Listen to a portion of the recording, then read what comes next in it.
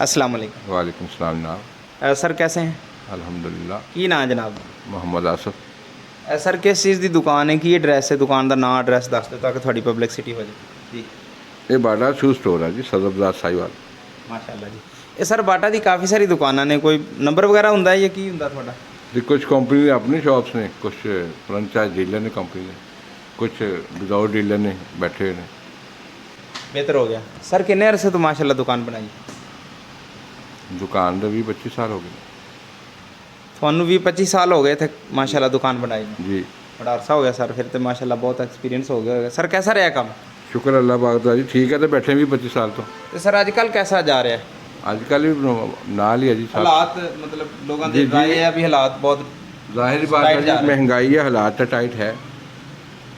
Sir गुजर बसर हो रहा है, मतलब कुछ बच रहा है फिर भी? अल्हम्दुलिल्लाह जी, जिंदगी अल्लाह पाक ने जिंदगी वादा किया, जिंदगी गुजारी, शुक्र अल्लाह पाक का। सर कुछ लोग कह रहे हैं कुछ बच भी नहीं रहा, फारे ही बैठे हैं, मतलब पलेों रास खाई जा रहे हैं, इस तरह है? हो सकता उन्होंने कोई ऐसा सीन होवे, उन्होंने गुंजाइश ना हो, उन्होंने को कारोबार का ना हो सीन, वो अपनी जगह ठीक होंगे। मैं तो अपने व्यूज़ दे सकता। क्या बात जी। सर सियासत के हवाले नाल किहनूं सपोर्ट करदे? सियासत के हवाले नाल फिलहाल तो किसी को भी सपोर्ट करना नहीं बनता जी। आउट ऑफ कंट्रोल हालात ने। सर पहला वोट किहनूं दिता सी? पहला वोट मुस्लिम लीग नूं दिता सी।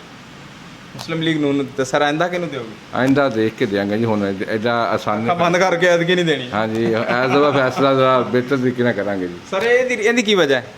ਕਿਸ ਤਰ੍ਹਾਂ ਇਹ ਪਤਾ ਚੱਲਿਆ ਵੀ ਵੋਟ ਨੂਨ ਲੀਗ ਨੂੰ ਹੁਣ ਅਸੀਂ ਜ਼ਰਾ ਸੋਚ ਸਮਝ मैं ਕੇ? इनकार तो नहीं किया। ਨਹੀਂ ਸਰ ਇਨਕਾਰ ਦੀ ਮੈਂ ਨਹੀਂ ਗੱਲ ਕਰ ਰਿਹਾ, ਤੁਸੀਂ ਕਹਿ ਰਹੇ ਹੋ ਵੀ ਸੋਚ ਕੇ ਦਵਾਂਗੇ ਵੀ ਇਹ ਰਾਏ ਕਿਵੇਂ ਆਈ? हर पिछली दफा ही मौके से ही फैसला किया सी, एज दफा फिर मौके से फैसला करांगे इंशाल्लाह।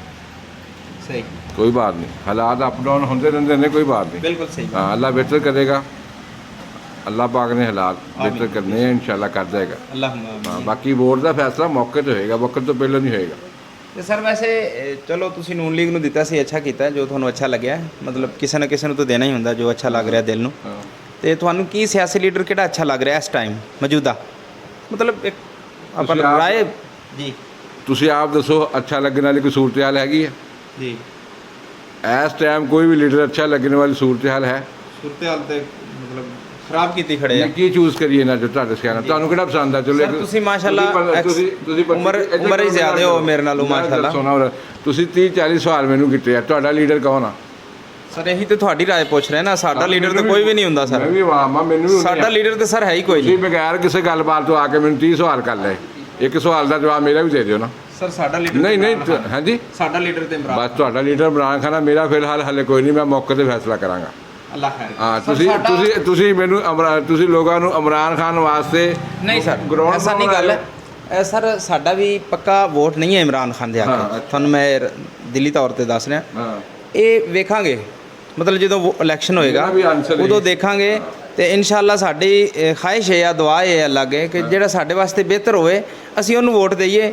ਸਾਡਾ ਜ਼ੇਨ ਅੱਲਾ ਉਸ ਵਾਸਤੇ ਬਣਾਇਆ ਔਰ ਸਾਡੇ ਹੱਕ 'ਚ ਉਹ ਬਿਹਤਰ ਹੋਵੇ, ਜਿਹੜਾ ਮੁਲਕ ਦੇ ਹੱਕ 'ਚ ਬਿਹਤਰ यही ਹੋਵੇ होना चाहिए, ਇਨਸ਼ਾਅੱਲਾ। यही है, ये फैसला मौके पे होएगा। ਸਰ ਕੋਈ ਮੈਸੇਜ ਦਿਓ ਜੀ ਆਵਾਮ ਨੂੰ। ਸਰ ਆਵਾਮ ਨੂੰ ਮੈਸੇਜ ਦਿਓ। ਆਵਾਮ ਨੂੰ ਦਿਓ, ਹੁਕੂਮਤ ਨੂੰ ਦਿਓ, ਇਹ ਨਹੀਂ ਕਿਸੇ ਨੂੰ ਕੋਈ ਮੈਸੇਜ ਨਹੀਂ। ਕੁਛ ਤਾਂ ਦਿਓ ਉਹ ਸਰ, ਸਰ ਕੀ ਮੈਸੇਜ ਦਈਏ? ਕੁਛ ਦੇ ਦਿਓ ਜੋ ਅੱਛਾ ਮੈਸੇਜ ਦੇ ਦਿਓ, ਕੋਈ ਵੀ ਅੱਛੀ ਇੱਕ ਗੱਲ ਕਰ ਦਿਓ। ਬਸ ਕੋਈ ਅੱਛੀ ਗੱਲ ਇਹ ਹੈ ਕਿ ਇਮਾਨਦਾਰੀ ਨਾਲ ਕੰਮ ਕਰਨ, ਬਸ ਠੀਕ ਹੈ। ਆਮੀਨ। ਹਾਂ, ਬਸ ਅੱਲਾਹ ਪਾਕ ਨੂੰ ਠੀਕ ਹੈ ਜਵਾਬ ਸਰ। ਦੇ ਹੋਣਾ, ਇਹਨਾਂ ਨੇ ਅੱਲਾਹ ਪਾਕ ਨੂੰ ਜਵਾਬ ਦੇ ਹੋਣਾ, ਇਸ ਪੁਆਇੰਟ ਨਾਲ ਕੰਮ ਕਰੋ, ਬਸ ਗੱਲ ਖਤਮ। लो जी सर, बहुत शुक्रिया, बहुत खुशी हुई, थोड़ा टाइम लिया सर, थैंक यू, अस्सलाम।